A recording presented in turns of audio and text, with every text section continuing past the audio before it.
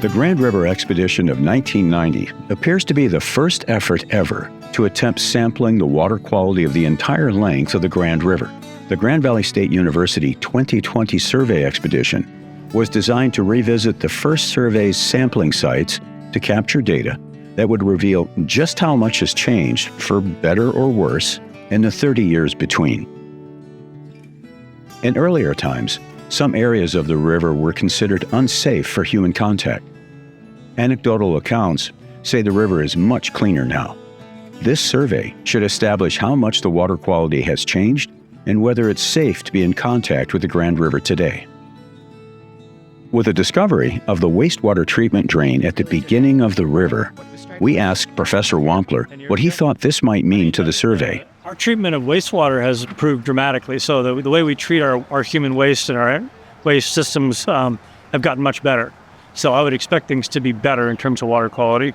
There may be more development and maybe more agriculture, so then that might actually offset some of those improvements because they may be using more fertilizers and maybe more agriculture activity. So we'll just see. We don't know. So we might get a shift from maybe the cities being more of an impact to the rural areas being more of an impact. We don't know yet, but that's the sort of thing we'll be looking for. With the initial data points established, the survey team moved downstream to collect more water quality data. The team has to assemble all the tools, carry them to the sampling point, and then figure out how they'll get down to the water's edge to do their work. The sampling process means following a roadmap to find the landmarks used by the 1990 expedition, which was often roadway bridges. In this case, a bridge along a busy road. Jillian Ashton joined the survey project as a research assistant in her 4th year at GVSU.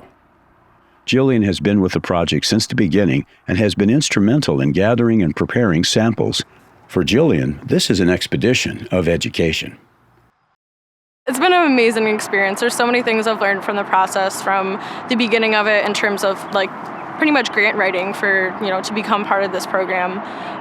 So there's been a lot of learning that way and writing and being able to ask for the money and to fund this project. And then also just preparing for the project. It's taken months to prepare. We've planned a lot in terms of using GIS. It made us kind of locate where those sites were from 1990.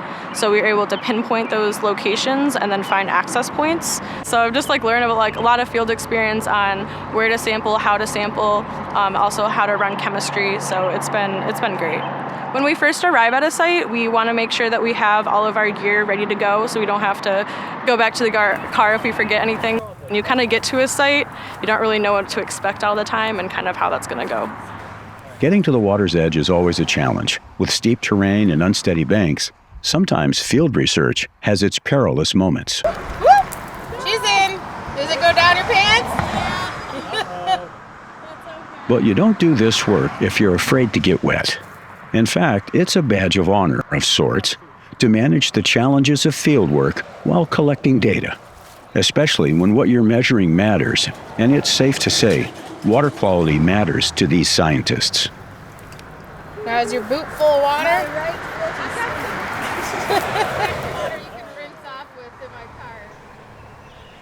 As the expedition proceeds to collection points downstream, the look of the river changes. One of the benefits of traveling the length of the river is seeing firsthand how the river grows and changes, and it will continue to do so all the way to the Big Lake. After collecting samples at 5 sites, the team stops to set up a field lab to do chemical analysis of the water samples. An element of the survey design is to compare a method of doing chemical analysis in the field with the conventional method of laboratory analysis as done by the GVSU Annis Water Resources Institute. What we're doing right now it's what I call field chemistry. So it's a way for us to get a really quick snapshot of what the ions are that are in the water. The main things we're worried about primarily for basic chemistry are things like chloride. So that's salt. So you would get from road salt, things like that. So if chlorides are high, that's usually not good for overall water quality. And then we're also looking at nitrate and phosphate. And those two are nutrients that can cause algal blooms and eutrophication of our rivers and streams. And it'll give us a pretty good idea. But it's because you're doing it sort of messily in the field with changing conditions and stuff. It's not sometimes considered as accurate, but it does at least tell us if it's higher or lower in a certain area. So we get an idea of trends. We certainly are getting trends. And then, if the ANIS instrumentation will get to a greater accuracy. So we're doing things in parts per million. So we can only go out to about a 10th or 100th of decimal place, whereas they're able to get much more precise data. The method that we're using out here is a colorimetric method. So for each ion that we're analyzing for, you have to use a different set of chemical reagents to trigger a color change reaction. The more color change you have, the greater the concentration. So it's unique for each ion, has a different set of chemicals and things you add. And so we have these cool little kits that we use. We add the chemicals to it. There's these things called vacuum vials. They come evacuated, and they have chemicals in them. You snap the bottom, and it sucks the sample up. It's kind of exciting. The color changes, and sometimes it changes more than you want it to, because that means high concentration. And then we use a portable photometer that passes light through the sample. It's the same thing as using a spectrophotometer in the lab. Except for we can just do it in just a matter of a couple minutes in the field. One of the reasons that we're sampling the Grand River is because there has not really been a publicly available data set. And so, when you do monitoring, this is not, people kind of get concerned, like, why are you sampling the water? Is there something wrong with it? If we don't do regular monitoring and make that data available, it's hard to see that anything has changed over time. And so a big part of what we're trying to do is get a data set, continue to do this kind of routine monitoring so that we can have that data available for the public so that they can easily find it online and educate themselves about water quality and the health of our just natural water ecosystems. Seeing that the effort is to build and share a data set, it prompts the question, who else wants to know about this data? Anyone who's into fishing or protecting or hunting wildfowl, ducks, things like that. So hunters, fishermen, certainly, I think, care if you're ingesting the animals in the rivers and streams. We care about that. Just nature enthusiasts in general. Stormwater managers, city planners, just anyone who lives on the water, right? Who swims in it, boating, that kind of stuff might want to, have an idea of what's in their water. A lot of what we measure for is invisible, so it's hard to know, is it safe or not, or what are the trends and how the system is changing over time.